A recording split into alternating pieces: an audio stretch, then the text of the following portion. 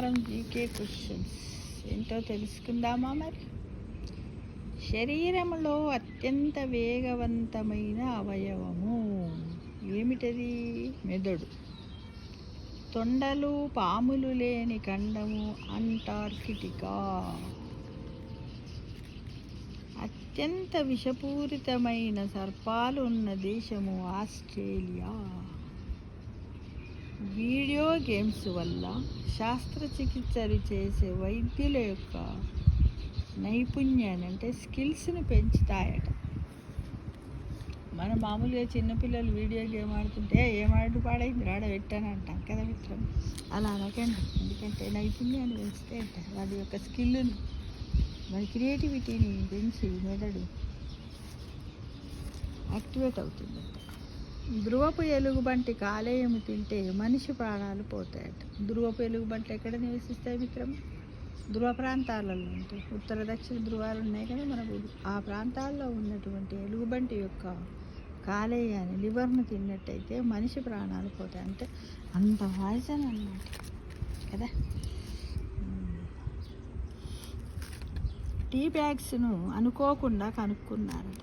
Tea bags ఉన్నాయి కదా, ఈ మధ్యకాలంలో టీ బ్యాగ్స్ వస్తాయి. మనం ఒక స్టార్ హోటల్ పోయామనుకో, టీ అన్న వెంటనే అతను ఏం చేస్తాడు, మరి మనం లాంగ్ జర్నీ అదర్ కంట్రీస్కి వెళ్ళినప్పుడు కూడా ఒక పాలది, 2 షుగర్ది, ఒకటి టీది, ఇవన్నీ ఇస్తాడు. దాంట్లో వేసి కలుపుకోమంటాడు. అలా అది అనుకోకుండా కనిపెట్టారట.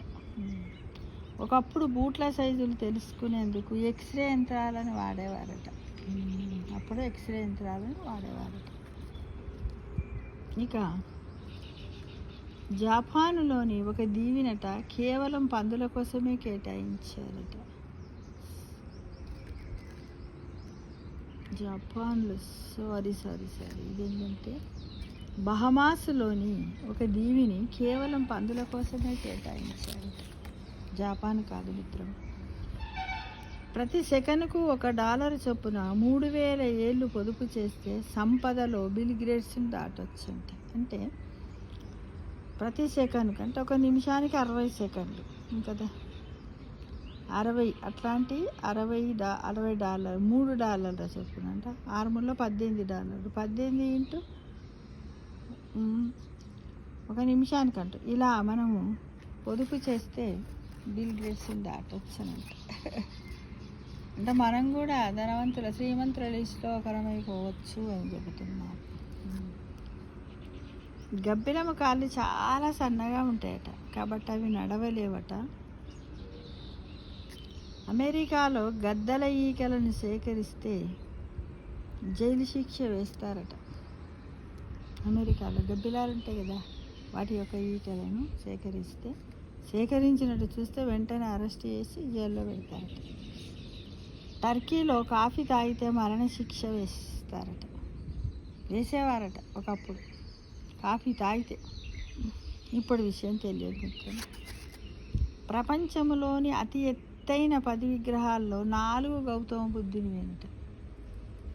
ఉదాహరణ ఫర్ ఎగ్జాంపుల్గా 10 తీసుకున్నట్టే దాంట్లో 4 బుద్ధుడి, అంటే 40% బుద్ధుడి ఎత్తైన విగ్రహాలు ఉన్నాయనే విషయాన్ని మనము ఈ వారం జీకే క్వశ్చన్లలో తెలుసుకున్నాం మిత్రులు.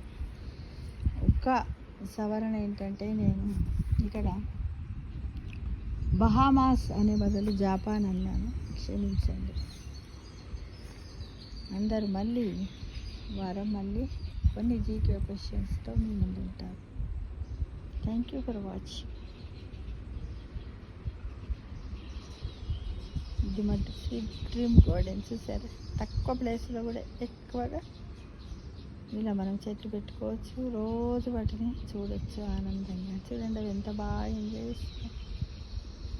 గ్రీనరీ ఇలా గ్రీనరీ ఇస్తే కళ్ళకి మంచిది కదా మిత్రమా.